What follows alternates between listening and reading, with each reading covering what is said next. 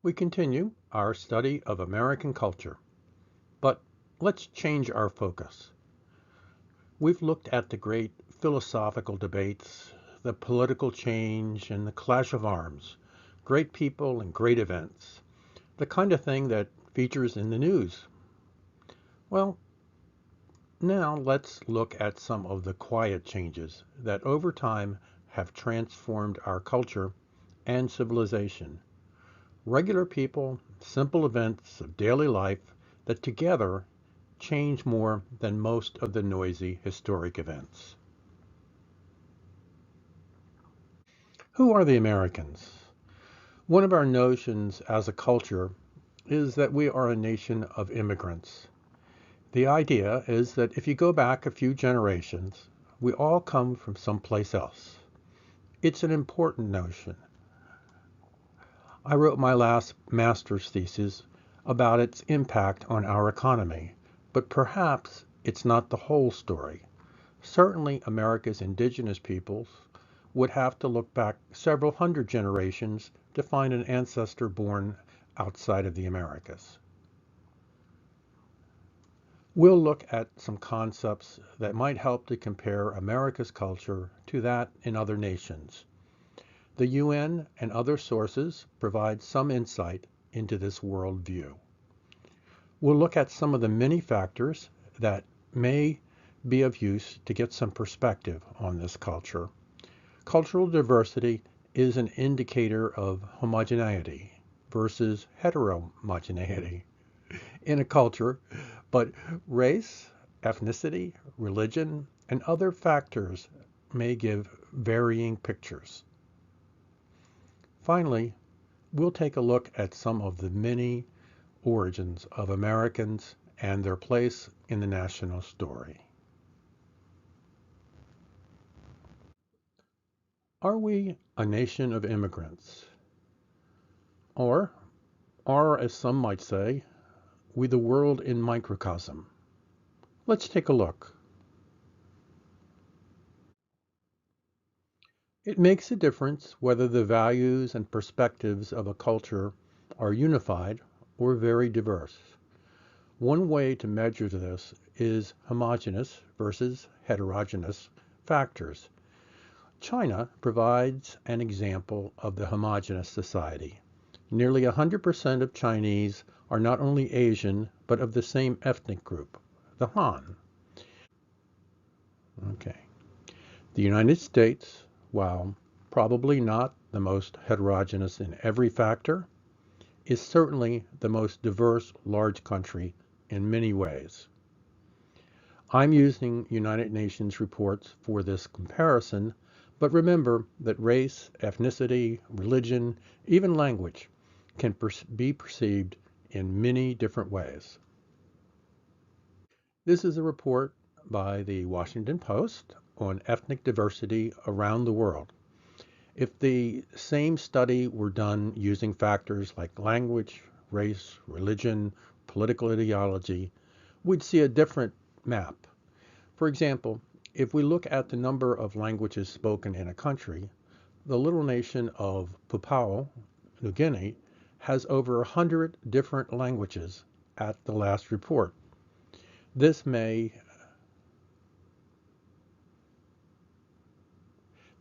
is 10 years old and was based on a Harvard study from 2002. So even when it went to print, a lot had probably changed. Most countries in the Western world have moved closer to the green end of the spectrum since the turn of the century. Meanwhile, there has also been massive movements between Southern Hemisphere and some Asian nations.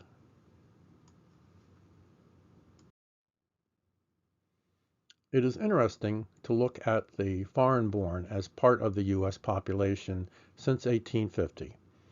Other than the large restrictions on immigration between 1930 and 1960, the percentage has not varied a great deal, but the sheer numbers over the past four decades has been massive. I've used census data from 2010 to create a profile of our population. This is information in a couple of ways. First, only about 10% of the respondents identified themselves as just Americans. Most people, even if not foreign-born, take some pride in including their ancestral origins in their description. There are many African Americans, Irish Americans, and various European Americans who would have to reach way back to find an immigrant ancestor. The first Dartys and McGregors on my family tree came ashore around 1810, but I still think of myself as Scotch-Irish. Becoming American has always been a process, but it has been different in different times. An early analogy was that of a soup pot with people coming here and then falling into the mix and ultimately being mixed in and becoming unidentifiable from other Americans. And that kind of evolved to more of a boiling pot of stew with some differences. And today, at least, it looks more like a mixed salad with, a definite idea of what it is to be an American flowing through, but many local identities, many communities that identify themselves in different but not opposed ways. Diversity is not evenly spread across the population. Many areas, particularly in big cities, may earn labels like Chinatown, Little Havana, Little Italy, because people, particularly when they are first coming to the country, tend to group in the larger cities, in the port cities. They tend to group with, people with whom they have things in common. And this tends to create these smaller communities within the larger community. If we take a look at the map of the United States and look at urban versus rural areas, you'll see that large parts of the United States are red. And those red are areas where the population density is not really very high, versus areas on the coast and in some of our urban areas where there's a much greater concentration of population. Well, the level of diversity is really much higher in those urban areas because they're the front door to the nation. So that's where people first come. If you go to some parts of the red areas, you're going to find very few people who weren't born in the United States, although that's becoming increasingly rare. But I think this differentiation is likely to continue because it's just the natural order of things that if you're new, you tend to be attracted to areas where you can fit in without being noticed quite so much, and or where there's more jobs available, which is another attraction of the urban areas and always has been. The flow of people into the United States, as I alluded to earlier, has always been high. And if we go back to the early days before there even was such a thing as the United States, um, there was a steady flow of foreign-born. Foreign-born in the early days, meaning Irish and Scotch and English and people from that general part of the world. Um, in the latter part of the 19th century, a lot more people from the Mediterranean countries and from Eastern Europe. And now, and as you see in the middle of there, it looks you know a little bit like a wedge. In the middle, that reflects the Great Depression, the Great Depression around the world, where basically the economies of most countries failed in the 30s. And during that period, there was a great restriction on the amount of immigration that was allowed into the country.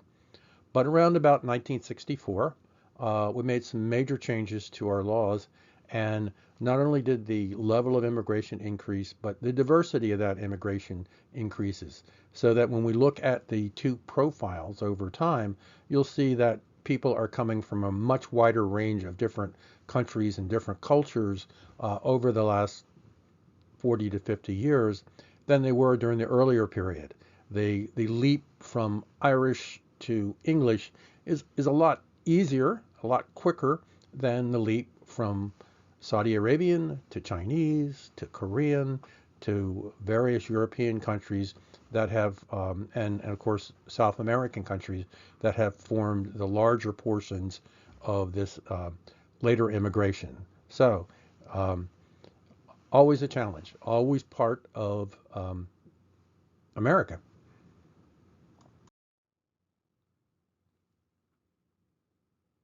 Let's take a look at some of the people, some of the groups with different backgrounds that make up modern America. And the first group that we want to take a look at are the American Indians. The American Indians at one point were the American identity. They were the culture here for far longer than anyone else has been here. For over 15,000 years, if you were an American, you were an American Indian. And certainly you didn't call yourself an Indian, of course, but you were from that same group of people. People who have traced their origins back to the American Indians are still a significant part of our population, significant contributors to our country. There have been many American Indians involved in many aspects of American life, whether it be space or athletics or comedy in some cases. Jim Thorpe was a famous athlete, and John Harrington, an astronaut, and Will Rogers, one of our great comedians and thinkers of an earlier time. And Wilma Mankiller is today a leader among the Indian tribes. Then there's that group that I referred to earlier, just Americans. There's a good number of people who basically take pride in being Americans and have no particular interest in their heritage or what came before. They just think of themselves as Americans without a hyphen for another nationality.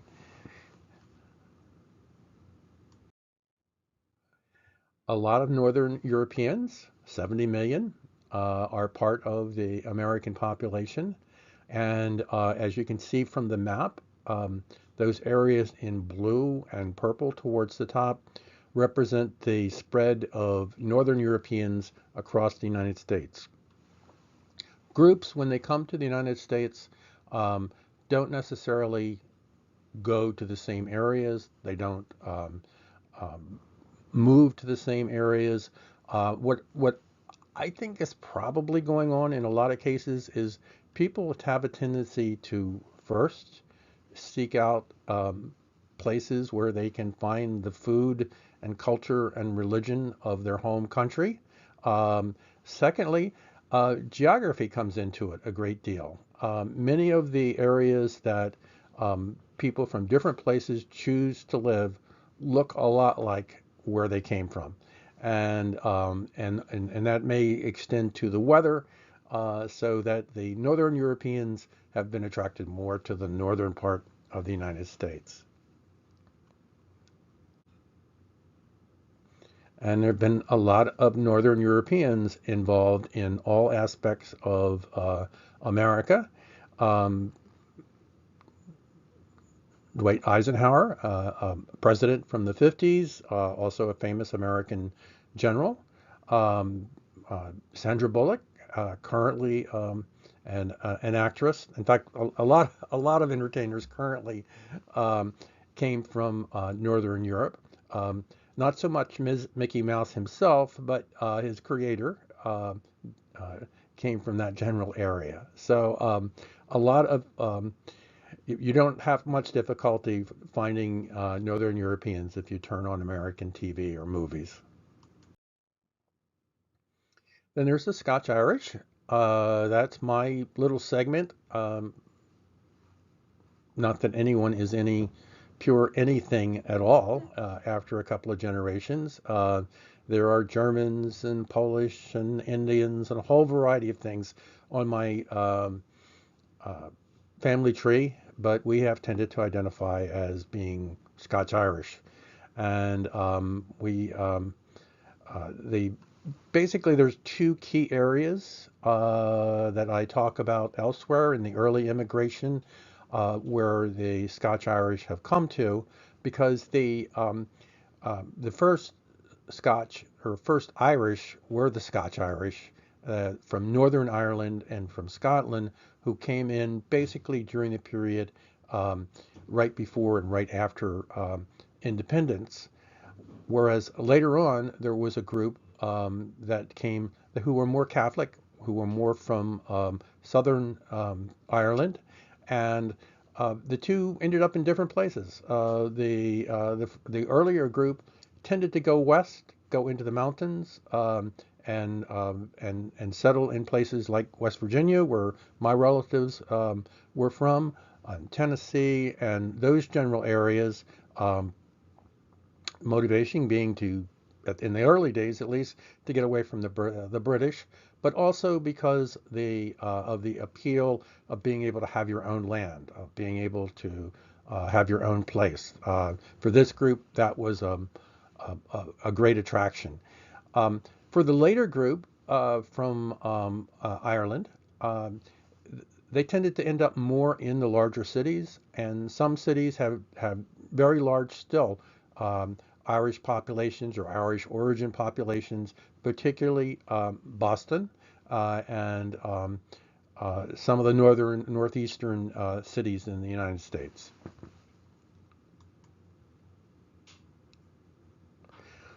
The Scotch-Irish also have been involved in a lot of entertainment. They've had their share of astronauts and politicians, and politicians of many sort can trace their origins back to the Scotch-Irish. Entertainers of many sorts who have been popular can trace their origins back to the Scotch-Irish. Then there's Black Americans, and there have been, like the Irish, there have been a couple of immigrations. The early immigrations were not of choice. They were the result of the large wave of enslavement that took place during the development of the Western Hemisphere. Over 12 million slaves were brought from Africa to various places, some of them to what became the United States. And there are many Black Americans who could trace their origins back to that group. There has also since been several million who have come from the Caribbean, from various African countries to the United States um, in more recent times. So it's like the Irish. It's kind of a mixture of populations.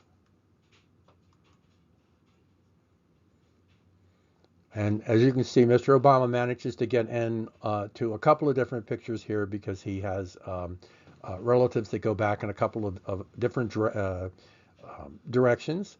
But there are many people who identify as Black Americans who have been very successful in various forms of entertainment and in politics um, and across a variety of intellectual fields.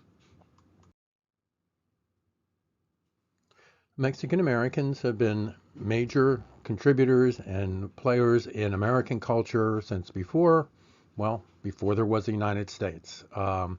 The Much of what is now the United States used to be part of Mexico up until around 1848. We'll talk about that at another time. But today, the Mexican culture is at least as much of a part of American culture as the Scotch-Irish culture. There's about the same number of people who trace their origins to Mexico as there are who trace their origins to Scotland or Ireland. Um, and as in all cultural things, values and food and music are part of the contribution. Many, again, famous Americans can trace their origins to Mexican ancestors.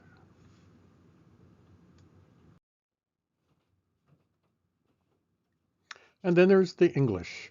And the English are another group with about 30 million, about 10% of the population. And they are spread across the United States, but more on the eastern coast and parts of the western coast of the United States. Um, Despite all our problems, back in 1776, we get along quite well with the English, and the English have been a major part of our um, Americanness ever since.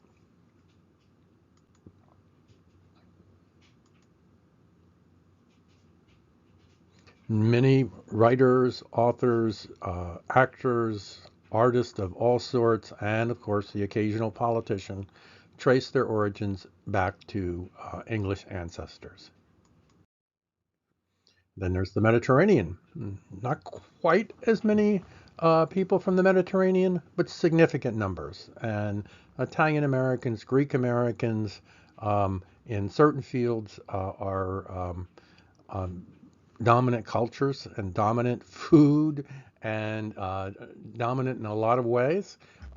They tend to find their way into both the Northeast, the Southeast, and parts of the West Coast. And again, uh, I guess there's nothing like being an actress or a singer or a politician to make you famous. But certainly the Italians and the Mediterraneans have had their share of famous people come out of their subculture of America. And then there's the Eastern Europeans, and nearly as many Eastern Europeans as Mediterraneans in the United States. And the Eastern Europeans have been attracted, like the Norwegians and the Danish and the Germans and the other Northern Europeans. They tend to be a little more attracted to the northern parts of the United States. And they have plenty of actors, actresses, and politicians to claim. And there's the Southern Europeans, and they almost, I guess if we put the Southern Europeans together with the Mediterraneans, you'd have another block of about 30 million people, another 10%. So there's a little difference between the French and the Spanish parts of American culture and some of the others, but not as great as some. And but for good food, they we turn to often the Southern Europeans, and they've had their share of significant players in American history. In the Caribbean, and particularly over the last, well, almost from the start, there have been people coming from the Caribbean. Alexander Hamilton, for example, started out in the Bahamas, I believe, and made his way to the U.S. for the Revolution. But over the last 50 years in particular, there's been a large number of immigrants from places like Cuba and Haiti and the Dominican Republic into the United States. And they have also brought food, and they have brought participants in the American story.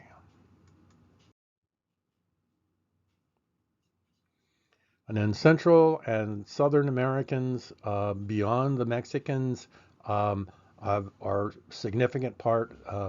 This figure, 3,800 or 3,800,000, is probably a little dated because there has been a large number of Central American people coming into the United States in the last 10 to 15 years. So whenever you look at any of this data and any of these reports, you have to always take into account that the world is constantly changing and the data is old almost as quickly as it is taken because if you take data systematically, it takes time to do. And if you take time to do it, your data becomes outdated. Part of the more recent wave, the wave of immigrants since the 1960s, have been people from Southeastern Asia. A great number of Filipinos have come, and as well as Koreans and Chinese. And I guess Chinese probably fall more under the Central Asia category, but significant number for a great many years, dating back to very early in the Republic. There have been large numbers of Chinese in the American population, although originally primarily on the western coast. A great impetus was given to that at the time that we were building our railroads. So many of the railroads in the west were built by the Chinese, while many of the railroads in the east were being built by the then newly arrived Irish. The Indian subcontinent, people from India, people from Pakistan, have, particularly in areas of technology, have excelled. They, of course, have contributed food as every new culture does, so far as I can tell. And so that's part of why if you go to an American city, you can find a really wide range of interesting things to eat. But those from India and Pakistan specifically focused on studying engineering, chemistry, hard sciences, and for a number of years, the Indians and Pakistanis were leading income earners in the United States as a group.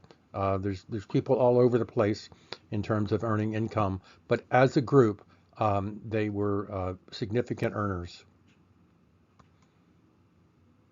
And they also have a significant part in American entertainment, technology, and more recently politics. A fair number of Indian Americans, in the sense of the original India, are major players in American politics. And even the Canadians will occasionally come and join us, and we have about over 2 million people from Canada who are part of the current American population. And of course, they probably have a similar number of Americans who have gone to live in Canada for various reasons.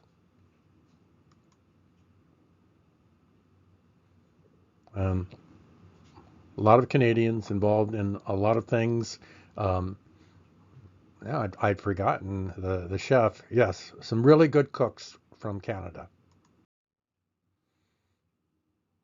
And the Middle Eastern also a real large uptick since the 80s of people from the Middle East and from Afghanistan entering the American population and bringing with them um, food and customs and a variety of the things that make life interesting here. And a lot of people of Middle Eastern origin going, well, back quite a ways. So even though the large numbers are relatively new, the presence of people from the Middle East in various aspects of American life is not that new. Um, Looking at one aspect of American life that's probably a pretty good measure of the progress that a foreign-born group is making in the United States is how how much of the U.S. Congress do they represent? And if we look at the breakout, we will see that while Europeans are still um, the most people in the U.S. Congress, um, the Caribbeans, the Latin Americans, Asian, Middle Eastern, and North American, other than the United States, are significant numbers. In fact, in groups, larger numbers than the European population.